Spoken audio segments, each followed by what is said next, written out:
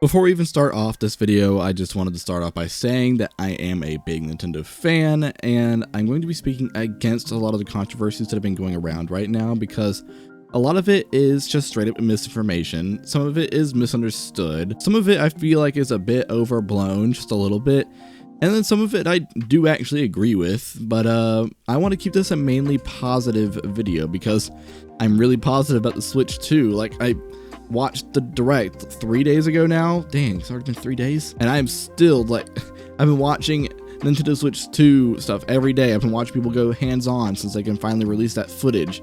And it's just, I'm still so excited about it.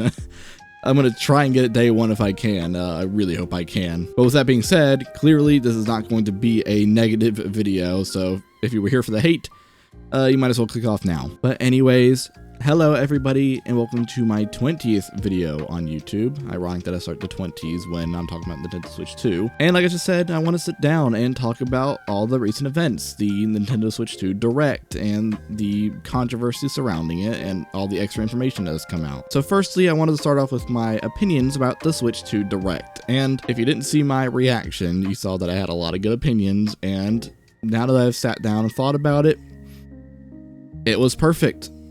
I would give it a 10 out of 10, 100 out of 100. I couldn't think of any way you could have made it better. But why do I think the Direct was perfect?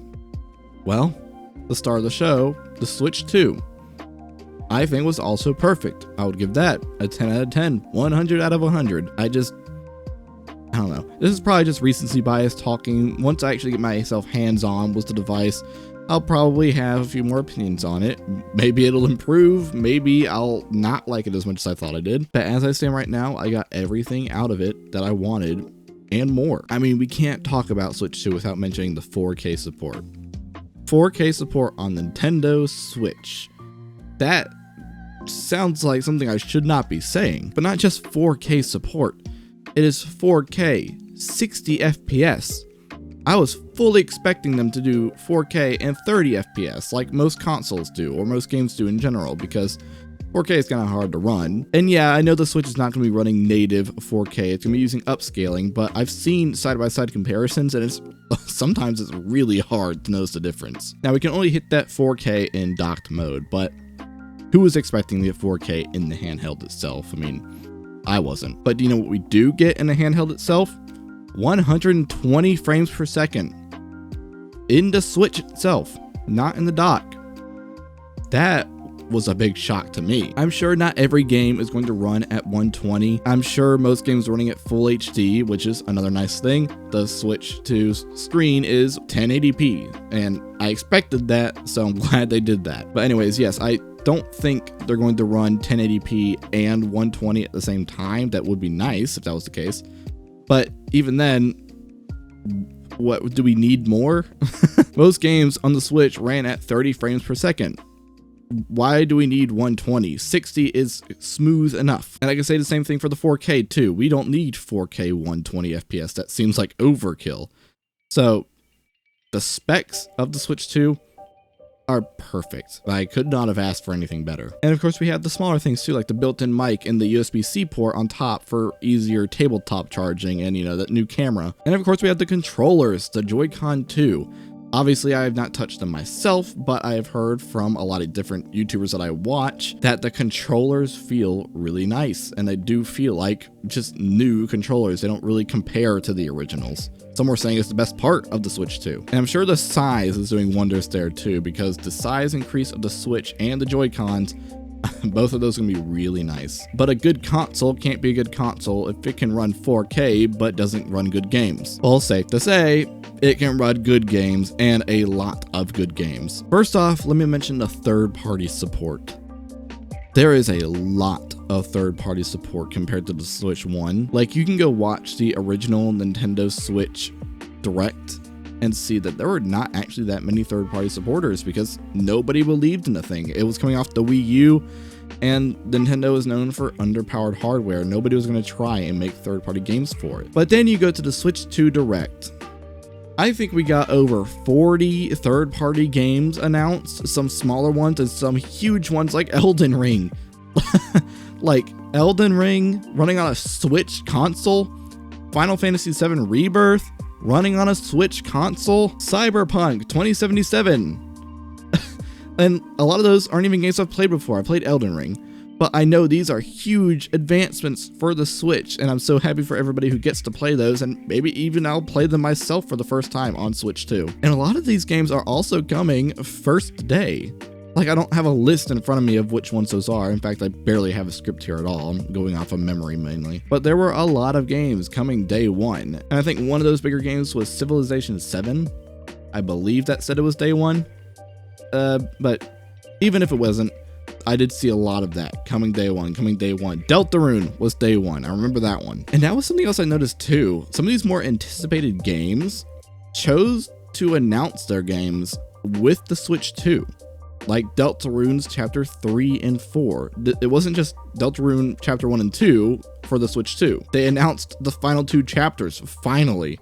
And that also means we have a release date for it because it releases with the Switch 2 on June 5th. And I know for all the fans of Silksong waiting for their information, they even got a 5-second clip, but they got a release year. It's releasing this year, so you guys can shut up. Sorry, that sounds a bit mean. But long story short, third-party support, the Switch 2 has it. And I know there's only going to be way more big third-party games coming. I mean, the Switch 2 is going to be supported throughout its entire lifetime. And I think it just shows how far Nintendo has come in gaining these companies' trust. That was another game I forgot to mention. From Software announced another game that is coming exclusively to Switch 2. And it's a brand new IP, I believe, maybe, I think. And I think it was called Dusk Bloods. And it looked pretty cool and honestly looked pretty good for running on a Switch console. I mean, getting an exclusive game from a, completely third-party developer, like Nintendo doesn't work in collaboration with them or anything, that's a pretty big deal, especially from a company as beloved as FromSoft. I mean, I love Elden Ring. I have not beaten it, but I do love it. It just get kind of burned out sometimes. But that doesn't mean the Switch 2 has its lack of first-party games as well. Sure, there weren't that many first-party games shown in the Direct, new first-party games, but remember, we do have the entire Nintendo Switch lineup of games that can be played on Switch 2. At least 99% of them will be playable on Switch 2. And Nintendo consoles are the only place you can play these games, and that's why their games are always successful, and that's why they never cut their prices, why they never put them on sales, or at least sales bigger than $15. Nintendo knows what they're doing when they keep all their exclusive games like Mario and Zelda, exclusive. But we did have new game announcements. Obviously, that would have been pretty bad if we didn't. And we had some smaller games like the should have been pack-in game for Switch 2, which was called Nintendo Switch 2 Welcome Tour. So, little game. I think it has some mini games in it, but I think it'll be a neat little thing to learn about the Switch 2. Would have been neater if you didn't have to pay for it, but I'll get to that later. We also had Drag X Drive, which is a game that is used to show off the mouse controls to their fullest potential. And obviously we have Mario Kart World, the first game announced for the Switch 2, and I'm not even going to start to get into that. Maybe I'll make a separate video on it, but there's so much in that game, and I'm not even that huge of a Mario Kart fan, and I'm excited for it. I want to pick it up day one. I'm going to get that bundle with the Switch 2. There's two other big ones I can think of right now.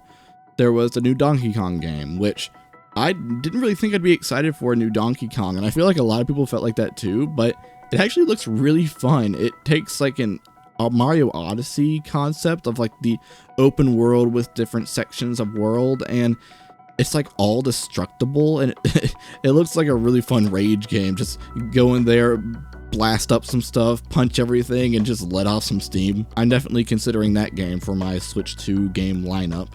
But my takeaway was Hyrule Warriors Age of Imprisonment.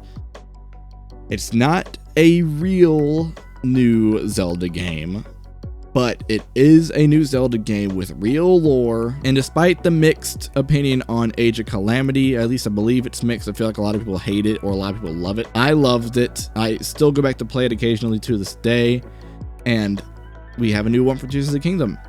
And I mean, I don't really know how they can mess that up. And it's going to be on that new Switch with the 4K graphics when docked, because that was my biggest issue with the first one, is that those frame rates and the look of the game just sometimes is a little bad, but you can already tell just from this trailer, even with the YouTube compression, that it already looks better, and I'm so excited. Really excited. And of course, with the backwards compatibility, we have new Nintendo Switch 2 edition games. And some of the bigger ones was Metroid Prime 4, which, that was going to be on Switch 2. I would be pretty disappointed if it wasn't. We got Nintendo Switch 2 edition of Breath of the Wild and Tears of the Kingdom, which, if they didn't announce that, I would have been pretty upset, because we had those rumors for a while that Breath of the Wild was being shown off at a game event, and they were running a 4K 60 FPS Breath of the Wild with faster load times, which I'm pretty sure is exactly what we saw. And there was other games that I can't really remember right now. Kirby Air Riders. I don't feel anything towards that game, but I heard apparently it's really popular and a lot of people are happy to see it back, so I'm happy for those people. It's perfect. Okay, the game lineup is going to be huge, with first party, with updated older Switch games, with third party. It's all there. And it's gonna just keep getting bigger as the Switch 2's lifespan continues. It's gonna be great. It really is gonna be great. But I've yapped on about the positive things for longer than I really planned to. I guess I'll get into some of the controversial stuff now. And I want to start off with the console price. And yes, a lot of this is going to be about the pricing. The base console price is $450 and $500 if you get it bundled with Mario Kart World. And a lot of people were really upset to see that price, but what else were you really expecting? A brand new Switch OLED right now is around $350. So were you really expecting a brand new Switch 2 with 4K support and 120 refresh rate, a 1080p screen, and all these other little built-in things with it, the new Joy-Cons? Are you really expecting that to be like $50 more, or also $350? I don't know how that would even be possible. A $100 jump from the Switch OLED price makes sense to me. And sure, if you're looking at the original Switch price, it's about $150 more, which it's a lot, but look at what we're getting. I really think everything that we were shown in this Direct justifies the price for the console itself. But now I should mention the bigger elephant in the room, which is what most people are really upset about, and that's the game prices. And yes, Mario Kart World is $80. And that is a hard pill to swallow, because games are just constantly getting more expensive. And it kind of hurts for Nintendo to be the one to lead into that market of upping the prices once again from 70 to 80. But this is the one thing that I think is pretty overblown, in my opinion, because yes, $80 for a game sucks, and I know in other parts of the world that is going to be a lot more, but this is not going to go for every Switch 2 game like everybody thinks. For example, look at Donkey Kong Bonanza. Nintendo thought that game was big enough and important enough for it to be the final announcement of the Switch 2 Direct, and that game is $70. And yes, $70 is a lot. It's what Tears of the Kingdom costs, but that's what I think people were expecting the new norm to be, and it seems like that's still going to be the case. What I'm trying to say here is that $80 is a lot, but it is not going to go for a lot of Switch games. I expect the next 3D Zelda game to be $80, but when is that going to be? Another 3-4 years from now? Maybe less, hopefully less. These purchases will not be often, is what I'm trying to say. So yes, it's a lot, and I wish they did not make it $80, but especially with Mario Kart World, if they have enough content, if they don't do a booster course pass for another $20 like they did before, and they just bundle it in for free, then that $80 is definitely going to feel worth it. That's my opinion on the $80 games. It's unfortunate, but these purchases are not going to be common, and I feel like it's just being overblown just a little bit. And while I'm on the topic of games, physical games are not going to be $90. In fact, it was being spread around that every physical game would be $10 more than the digitals. So Donkey Kong Bonanza physical would be $80, and that's just straight up wrong. I believe where this started spreading from was a European price where they include taxes in their final price. And that kind of got spread around as, oh, the physical edition of Mario Kart World is going to be $10 more than the digital, so that must mean every game physical is going to be $10 more. It's not. You can look it up right now on Best Buy or Walmart. I checked most of my places where I get my games. It says $80. I have not found anywhere where it says $90 that isn't in the United States. And something else that I think has been misunderstood is the game keys. These game keys will not replace physical games. Not all the physical games are going to be game keys where you just stick them in and they download like a digital game. The game keys are for digital games that don't normally have a physical box. So what I interpret it as is that instead of buying a digital game physically that would normally just give you like a code and box or something, it will now be its own game key. So it'll still have a cartridge and be treated like a physical game, except it downloads to your Switch. So it's also a way for people to resell digital games that's not online. And if that's the case, that's honestly just a net positive, you know? It doesn't really affect the physical game market because all those will be normal. Those will not be changed as far as I can see, but we just have more options for selling and buying games and collecting even. All I want you to take away from that is don't worry. These will not replace the normal physical games. This will just be another purchase option for digital games. But here's a little bit of criticism I do agree with, and that is Nintendo Switch 2 Welcome Tour not being a pack-in game.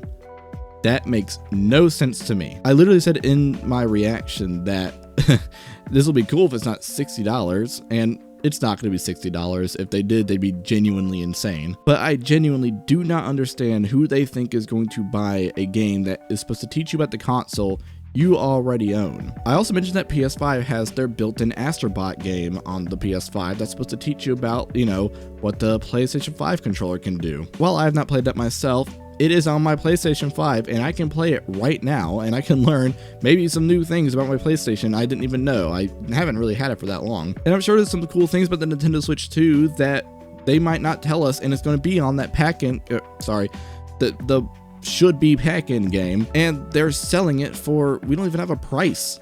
Hopefully it's no more than $10, at max $15. But even then, nobody's gonna buy it.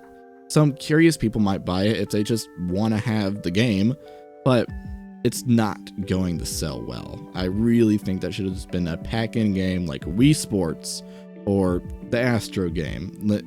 That makes no sense to me. And here's an extra opinion from me that I haven't really heard anywhere else, and I don't know how popular or unpopular it'll be, but Drag X Drive, I feel like also should have been a pack-in game. We also don't know how much it's going to be, but from what we saw, it looks like a very small game. It is a fun little basketball game where you use the mouse controls. You roll around in a wheelchair and you dunk basketballs, all with the mouse controls and, you know, just using those new Joy-Con 2 controllers. But what else is there to the game that makes it so enjoyable?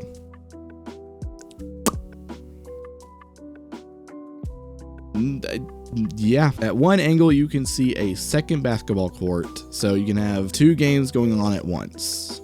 But we saw nothing else about the game. It is a very closed-in game, looks very limited. You can do tricks, fine, whatever, that's fun. I'm sure it's a fun little game, but who the hell is going to pay for it? Like Welcome Tour seems to be teaching you about Switch 2, Drag X Drive seems to be teaching you about the mouse controls, and that seems like a perfect game to be another pack-in game. Maybe you could even combine them. Have Welcome Tour and Drag X Drive be like in one game. But Nintendo's not going to do that. I don't know who's going to buy this little Drag X Drive game, especially if it's over $15, $20. I just thought that'd be an interesting thing to throw out there because I haven't heard anybody else say that, but that's what I kind of believe. I know I'm probably not going to buy Drag X Drive. Maybe I'll pick up Welcome Tour if it's really cheap. Maybe just because I'm curious, but likely I won't. Hey guys, it's me again, obviously, but I just wanted to jump in here before I start my outro. I'm editing right now, and I wanted to clarify and maybe add on a few things to what I was saying, specifically about the $80 game prices. I don't know if it came off this way to you guys, but to me it almost sounded like I was supporting these $80 games now being $80, and I'm definitely not trying to. I'm more just trying to soften the blow and say that this probably could be a lot worse. Like I already said in the video, not all Nintendo Switch 2 games are going to be $80. Just look at Donkey Kong Bonanza and it's $70. But I did not realize before recording that there are some other games listed out there as $80. But when you look at Mario Kart World and these other games that are priced at $80, it's a bit of a different case, and it's a lot more understandable to me. These other games, as far as I know, are Kirby the Forgotten Land and Tears of the Kingdom, Nintendo Switch 2 edition. But why do I think these games are pretty fair in terms of their price? Well, these include DLC, basically. If you want to play Breath of the Wild or Tears of the Kingdom with their visual upgrades and frame rate, you need to pay for an upgrade pack, and the same goes for Kirby and the Forgotten Land. I believe these upgrade packs are 10 for both Zeldas and 20 for Kirby. Kirby is 20 because it not only comes with performance upgrades, but it comes with a whole other DLC on top of it. And the Zelda games are just performance and frame rate, though the Switch 2 versions do include usage of the Zelda notes, which is honestly pretty cool. So Tears of the Kingdom for the Switch 2 is going to be $80 because it's the $70 game with the $10 edition tacked on. And Kirby and the Forgotten Land was a $60 game, now it's $80 because you're adding the $20 DLC. If you think about it, Breath of the Wild on the Switch is already $80 because there was a $20 DLC with it. So that's why those games are $80, unlike Mario Kart World, which I don't have a good explanation for that, and I think that is just because Nintendo thinks this is their biggest game. People are going to buy Mario Kart, and unfortunately there's pretty much nothing we can do about that. But we can also consider ourselves lucky that these games aren't more expensive because their new physical cartridges aren't just visually different with a red color, but they are better performing. They are able to help load games faster and help them perform better. And of course, those cartridges are going to be more expensive to make for each game. So in reality, we can be happy that these aren't even more expensive. And for extra information that I did not mention in this video, chose not to mention, was the tariffs.